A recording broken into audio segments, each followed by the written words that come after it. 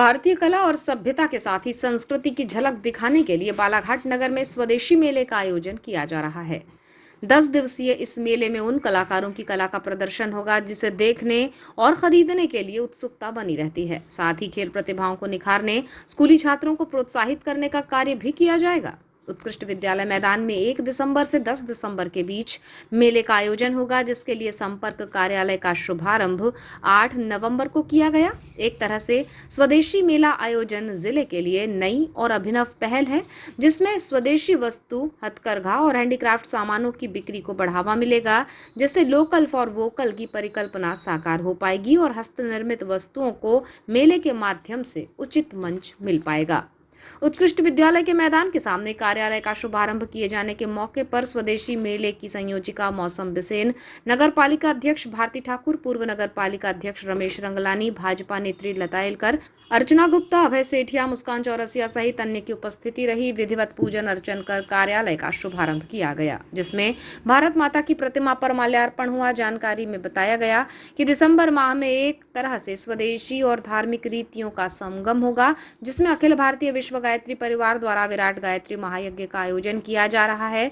स्वदेशी मेला और गायत्री महायज्ञ में 3 दिसंबर को प्रदेश के मुख्यमंत्री डॉक्टर मोहन यादव भी पहुंचेंगे, जो स्वदेशी मेले के उत्पादों का अवलोकन करेंगे और कलाकारों का हौसला बढ़ाते हुए स्वदेशी उत्पादों की खरीदी को लेकर आम जनों को प्रेरित करेंगे। साथ ही 1 दिसंबर को लोक स्वास्थ्य यांत्रिकी मंत्री श्रीमती संपतिया उइके का भी आगमन हो सकेगा। इसके अतिरिक्त महामंडलेश्वर प्रज्ञानंद महाराज शंकराचार्य और साध्वी बालिका सरस्वती भी अपनी उपस्थिति दर्ज कराने जा रही हैं। स्वदेशी मेले की संयोजिका मौसम बिसेन ने बताया कि स्वदेशी मेले में हस्तनिर्मित वस्तुओं, हथकरघा उद्योग को बढ़ावा देने के लिए 250 दुकानें रहेंगी। वहीं मध्य प्रदेश की पहचान स्थापित करने वाली हस्तनिर्मित सामग्रियों का प्रदर्शन और विक्रय हो सकेगा। उन्होंने बताया कि उत्कृष्ट विद्यालय मैदान में 10 दिवसीय मेले के लिए स्टॉल का आवंटन कर दिया गया है और कुछ के आवंटन हो रहे हैं। स्वदेशी मेले का उद्देश्य हस्तनिर्मित वस्तुओं के कलाकारों को मंच देना है। साथ ही जिले की खेल प्रतिभाओं को सम्मानित किया जाएगा और स्कूली छात्र भी अपनी प्रतिभा का सांस्कृतिक और कलात्मक प्रस्तुतियों के माध्यम से प्रदर्शन कर सकेंगे। उन्होंने कहा कि स्वदेशी उत्पादों का प्रदर्शन राष्ट्र को आगे ले जाने का एक प्रकल्प है। खेल प्रतिभाओं, युवा उद्यमी, महिलाओं और प्रतिभाओं को आगे ले जाने का अवसर दे रहा है, करने का मौका मिलेगा। देखिए, इस मेले का मूल उद्देश्य यही है कि हर वो चीज़ जो भारत की संस्कृति से जुड़ी हो, भारत में उत्पादित होती हो, हमारी दैनिक दिनचर्या से लेकर टेक्नोलॉजी से लेकर हर वो चीज़ जो हमारी मनुष्य के हमारे जीवन में उपयोगी होती हो, वह सब भारत में निर्मित हो। हमारे वोकल फॉर लोकल के जैसे हमारे उत्पाद है, स्टार्टअप है, इनको एक प्रमोशन मिले। जो स्थानीय उत्पाद है उनको एक मार्केट उपलब्ध हो। साथ ही कलाकारों के माध्यम से यहाँ पर सांस्कृतिक कार्यक्रम होंगे। खेल प्रतिभाओं को खेल का भी प्रदर्शन, भारतीय खेलों के प्रदर्शन का यहाँ पर अवसर दिया जाएगा।